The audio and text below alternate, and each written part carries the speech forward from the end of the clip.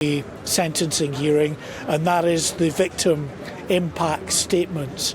We're beginning to hear now from some of the family members. We're hearing from a family member of one of the girls who was injured, and we can't give you names because there is an anonymity order protecting those young girls, those girls who survived, and that's more absolutely understandable.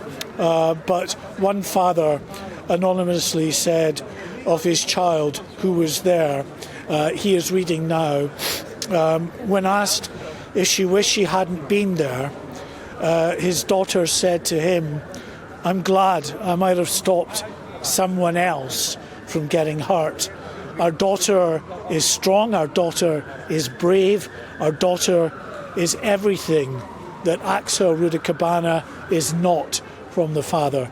I mean, it's just so incredibly powerful when you hear from the families themselves who, up until now, so many of them understandably have not been able to speak. And of course, the anonymity order has meant that, you know, the media can't actually speak to them directly, and that's why, of course, victim impact statements are really the first chance that we're given any opportunity to hear about the thoughts, the loss, just the, you know, the way in which their lives were absolutely and utterly ripped apart by the events on the 29th of July 2024, forever changed for those who, of course, lost their loved ones, and even those who suffered horrific injuries, their lives forever changed.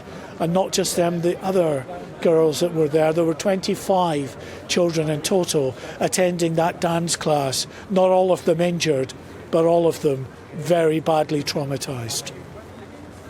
So powerful hearing that father of that injured child, hearing what the child was saying about almost being glad to be injured to protect others. Just an unbelievable mindset, and something that I think we can all respect so very much. But also what a contrast.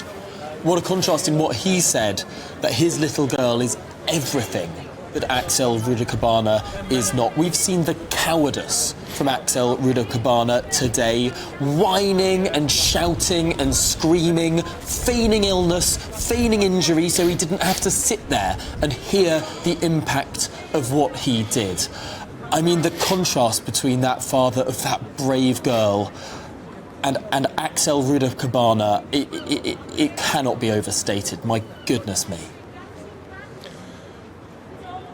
You're so right. It's sickening, actually, the display of selfishness, the display of attention-seeking that we've seen from the dock, from this man who, in any way, shape or form, is not willing to address the absolutely horrific nature of what he did on that day, and the harm, the hurt, the trauma he caused, not just to the families, but to the wider community. And the victim impact statements continue. We're now hearing a victim impact statement read out on behalf of Leanne Lucas.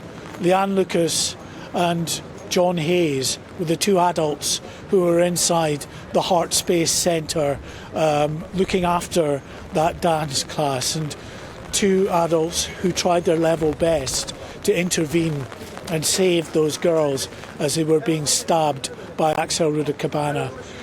Leanne Lucas has just said in her statement, "How can I live knowing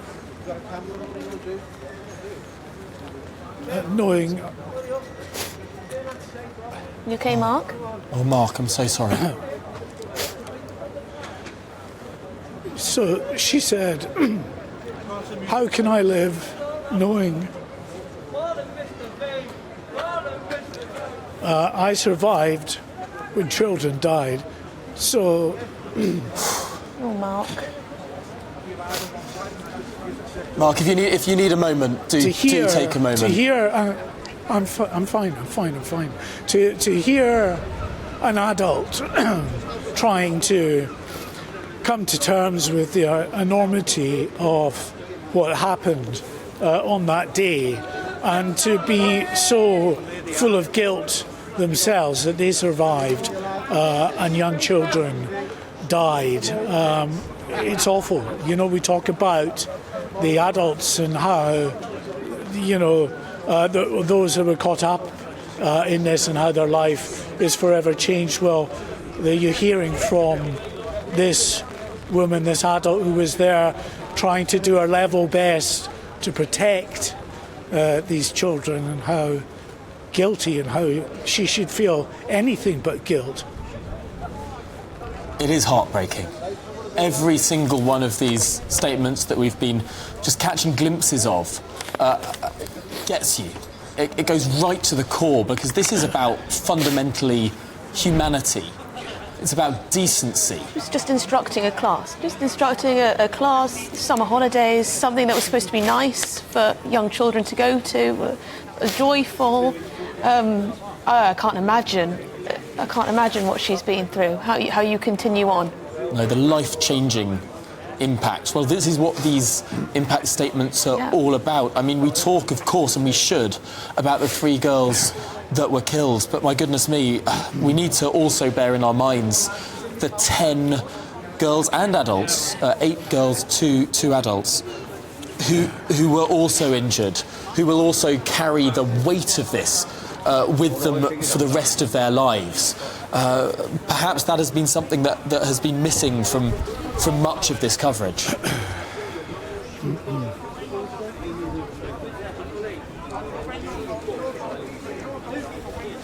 I'm sorry, were you speaking to me? Sorry, Mark. Yeah, we were just reflecting on. I do apologise. Yeah. No, don't worry at all. Don't worry at all. It's very moving and traumatic to relay those details from the victim impact statement there, from the class instructor just doing her job, doing something nice for the community, doing something nice for children. Should have been joyful. It was the summer holidays. This should never have happened. Just especially how you go on from that, Mark.